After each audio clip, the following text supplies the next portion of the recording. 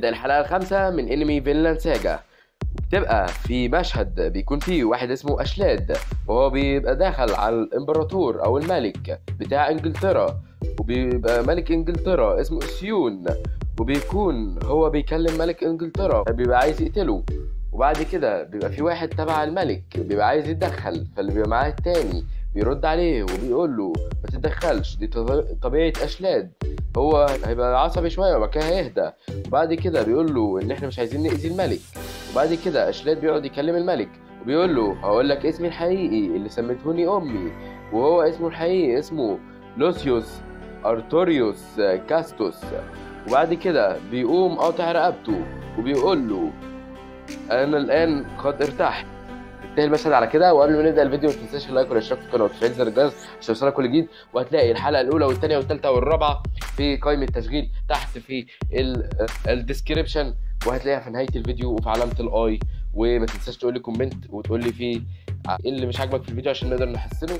هقول لك معلومه كده في السريع، ان في قناتين، قناه اسمها انمي جيمي وبتقدم محتوى جميل جدا وملخصات انمي، وكمان هتلاقي قناه اسمها زورو، والقناتين دول بيقدموا انمي. روح اشترك عندهم وفعل زر الجرس وقول لهم من طرف الكومي.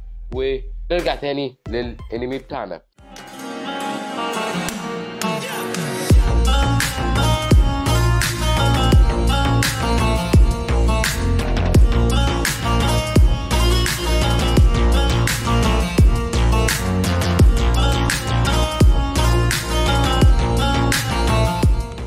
وبيكون في واحد بيقول ان انجلترا هي ودنمارك كانوا بيتحاربوا زمان، وكانت الدنمارك سيطرت على انجلترا عام 1014، وبيكون في ملك اسمه إسرد وبيكون عاد علشان يمسك انجلترا مرة تانية بعد ما رجع من منفاه. عاد لمنصبه، وكان هو رجع لمنصبه بعد ما عرف بموت سوين.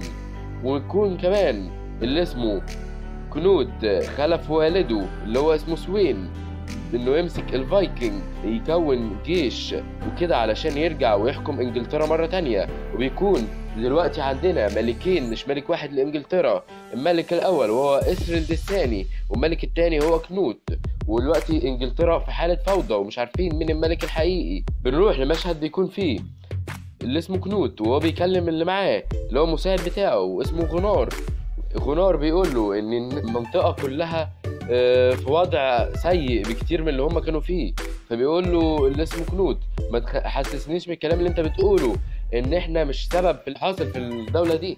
فبعد كده بيستغرب وبعد كده بيسكت. وبعد كده هما ماشيين بيبقى اللي اسمه كنوت بيقابل واحد وبيقول له شكرا ان انت جيت وقابلتني، وبعدين ما كانش لازمة ان انت تيجي، يعني عادي كنت ممكن تقول لي من غير ما تيجي. فهو قال له ان هو جه علشان يشوف احوال المنطقة دي وكمان علشان يقابل حد. فبعد كده هو بيقول له تمام. وبعد كده وهو بيكلمه فبيقول له انا هقبل بالجنود دول.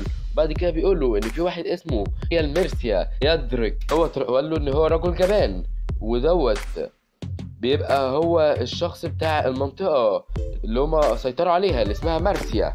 وبيبقى الشخص ده بيقولوا عليه ان هو جبان. يدخل واحد وبيبقى عايز يقتل الشخص اللي هو اسمه كنوت، بيبقى عايز يقتله لسبب لانه هو بيقطع الحرب اللي هو كان فيها، وبيقول له ما يكملش الحرب دي. فهو بيبقى متضايق بيقول انا بكره لما حد يوقف معاركي اكتر مما بكره الضفادع. فبعد كده الناس بتقول ضفادع وبيستغربوا ايه اللي هو بيقوله دوت. وبعد كده هو بيقول للي اسمه كنوت ان هو بيحب ان هو يقطع راس حد، بيحب الحروب وكده. بعد كده بيهدى وبيمشي.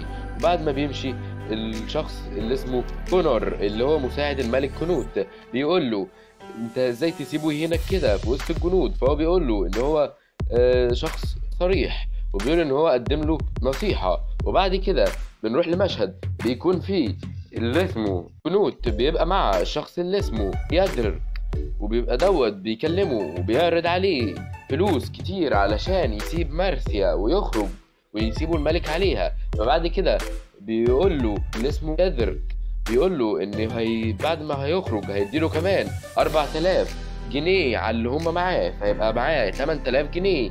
وبيقول له الفضة دي كتير وكده. فهو بعد كده اللي اسمه كنوت بيقول له انت عايز تديني فلوس علشان اخرج، يعني بتديني ضريبة دنغل يا إدرك علشان أخرج من مرسيا.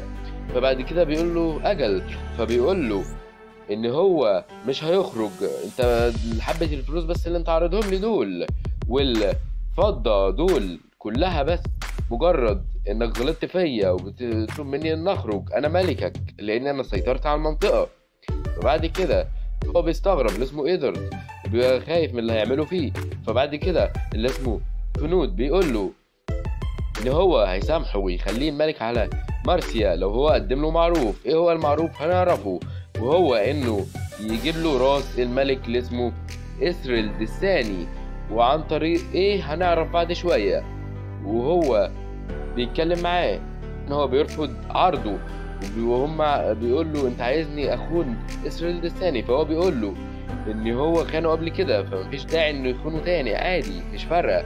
فبعد كده بيقول له تعالى اوريك حاجه، لما هو بيرفض عرضه وبيخرج بره وبيشعل حاجات وبيوريه الحاجات وهي بتتشعل وبتتحرق، فبيقول له انا ممكن احول لك مرسيا لرماد. فعشان كده هو بيخاف بينفذ اللي هو بيطلبه منه. وهو بيجيب راس إسريلد الثاني ازاي؟ عن طريق انه بيسممه في المشروب بتاعه اللي هو الخمر. وهو بعد كده بعد ما بيموت اللي اسمه إسريلد الثاني بيمسك مكانه الشخص اللي اسمه إدموند ابن إسريلد. وبعد 7 شهور هو الآخر بيموت لأنه بيموت بمرض مش معروف. وبعد كده بيبقى الحكم انتقل للشخص اللي اسمه كنود اللي هو ابن سوين.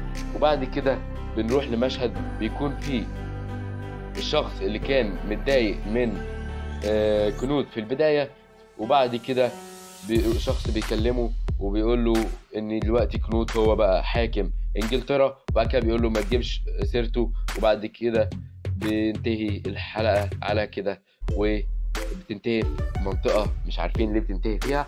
تشويق يا جماعة، تشويق جدا. وقبل ما ننهي الفيديو ما تنساش اللايك والاشتراك في القناة وتفعيل زر الجرس عشان يوصلك كل جديد، والحلقات في الديسكريبشن وفي علامة الاي في نهاية الفيديو. واشوفك فيديو جديد، يلا سلام.